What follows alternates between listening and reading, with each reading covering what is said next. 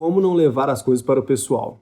Quantas vezes alguém fez algo contra nós que nos fez ficar para baixo, nos fez nos sentir diminuídos, oprimidos? Todas as vezes que nós nos sentimos assim, foi porque nós permitimos que essa pessoa fizesse isso conosco. E por que nós permitimos que as pessoas nos deixem para baixo, nos deixem tristes? Por que nós permitimos com que elas façam isso com a gente? Bom, o motivo pelo qual isso acontece é porque o nosso ego quer sempre estar certo. Quer sempre ser aceito, apreciado, e por conta disso nós queremos sempre justificar quando erramos algo. Estamos o tempo inteiro batalhando na nossa cabeça, tentando justificar o motivo pelo qual aquela pessoa nos fez nos sentirmos ruins ou para baixo. E isso demanda uma energia imensa da nossa parte e nos impede de sermos livres para nos conectarmos melhor com as pessoas. Então o nosso ego, por querer o tempo inteiro estar certo, ele nunca vai aceitar uma crítica ou algo ruim que as pessoas falem sobre nós. O problema disso é que todas as vezes que nós permitimos que essa pessoa nos coloque para baixo, nós deixamos de pôr para fora aquilo que nós temos de bom. Nós somos quase que impedidos de pôr para fora nosso potencial, nossas partes boas, porque nós estamos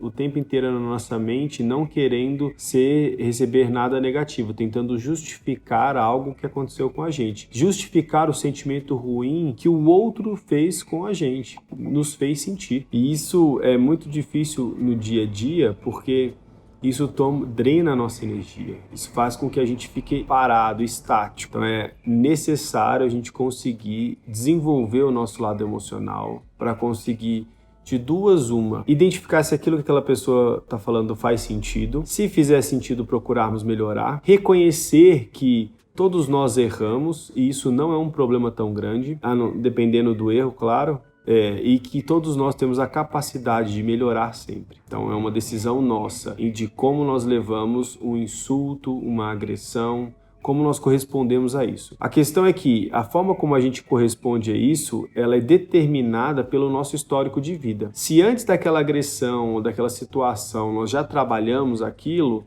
na hora que nós formos enfrentar, nós lidamos muito melhor com o confronto.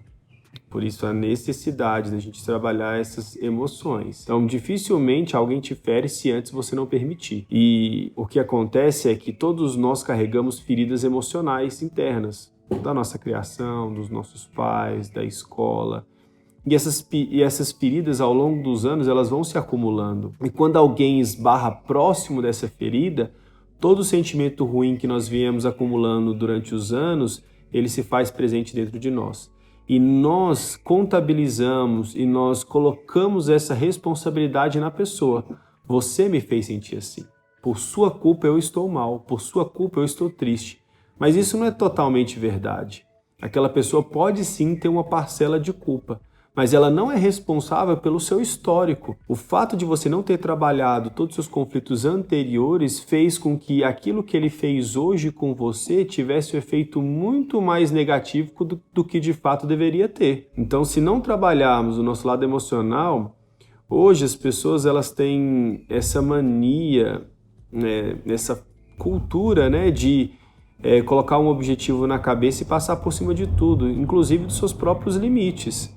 E elas vão passando por cima deles à medida que os anos vão ocorrendo, chega um momento que seu emocional não aguenta mais, ele vai explodir. E aí quando ele explode no momento atual, por alguma coisa simples, você vai querer achar justificativa pelo momento atual.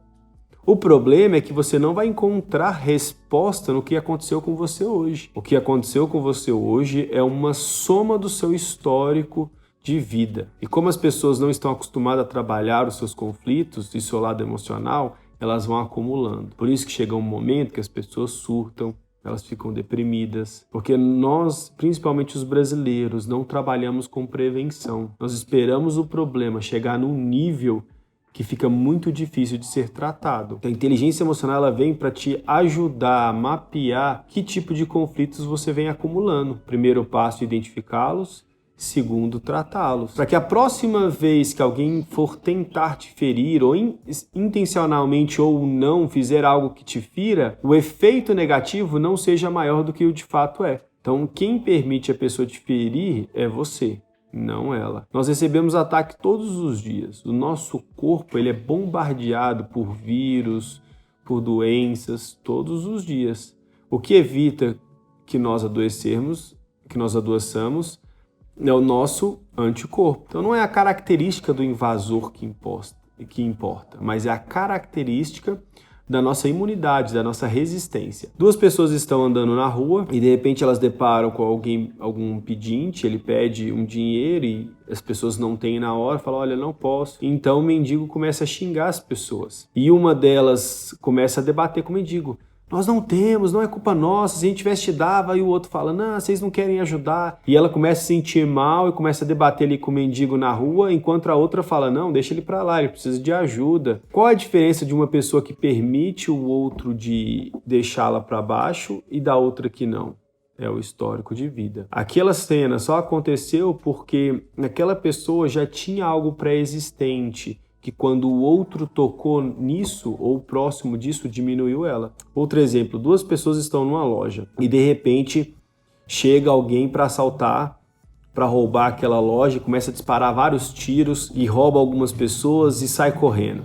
E aí um olha para o outro e fala, você tá bem? Algum tiro pegou em você? E a outra olha, não. E aí uma começa a falar, graças a Deus, nenhum tiro pegou, estamos bem, estamos salvos. E a outra fala, Deus? Que Deus o quê? Foi o capeta que entrou aqui, essa porta não tem, essa loja não tem segurança na porta, não? Nunca mais eu volto aqui.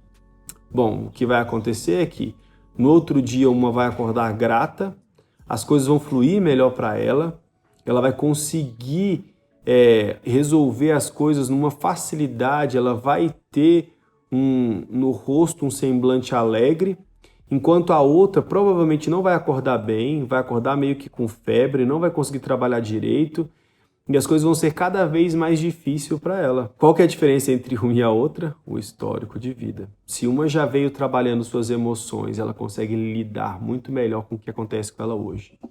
Se ela não trabalhou, a probabilidade de algo que aconteceu com ela hoje afetar mais do que deveria é muito alta.